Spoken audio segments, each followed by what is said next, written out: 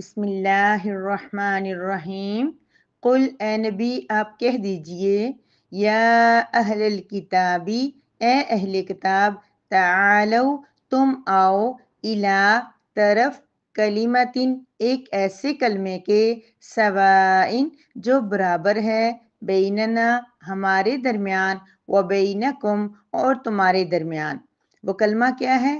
اللہ، یہ کہ نہ نعبد ہم عبادت کریں، الا مگر، اللہ صرف اللہ کی، ولا اور نہ، نشرکا ہم شریک ٹھہرائیں، بہی اس کے ساتھ، شیئن کسی بھی چیز کو، ولا اور نہ، یتخذ بنائے، بعضنا بعض ہم میں سے، بعضن بعض کو، اربابن معبود، من دون اللہ اللہ کے سوا، فَإِن پس اگر، تولوا وہ منہ موڑ لیں، فقولوا اشہدوا تم کہہ دو کہ تم گواہ رہو، بِأَنَّا کہ بے شک ہم، مسلمون فرمانبردار ہیں، مسلمان ہیں۔ قل یا اہل الکتاب تعالوا الی کلمۃ سواء بیننا وبینکم، اے نبی آپ کہہ دیجئے کہ اے اہل کتاب تم ایسے کلمے کی طرف آؤ جو ہمارے اور تمہارے درمیان برابر ہے۔ اللہ نعبد الا اللہ، وہ کلمہ یہ ہے کہ ہم اللہ کے سوا کسی کی عبادت نہ کریں، ولا نشرک بہ شیئا اور اللہ کے ساتھ کسی کو بھی شریک نہ ٹھہرائیں، ولا يتخذ بعضنا بعضا اربابا من دون اللہ اور ہم میں سے بعض بعض کو اللہ کے سوا معبود نہ بنائیں۔ فَإِن تَوَلَّوْا فَقُولُوا اشْهَدُوا بِأَنَّا مُسْلِمُونَ اگر پھر بھی وہ منہ موڑ لیں تو تم کہہ دو کہ تم گواہ رہو، بے شک ہم تو فرمانبردار ہیں۔ نحمدہ و نصلی علی رسولہ الکریم، اما بعد، سورہ آل عمران کی آیت مبارکہ نمبر 64 ہے، جس میں اللہ رب العزت حضرت محمد مصطفیٰ صلی اللہ علیہ وآلہ وسلم سے ارشاد فرما رہے ہیں کہ آپ ان الفاظ میں اہل کتاب کو دعوت دیں۔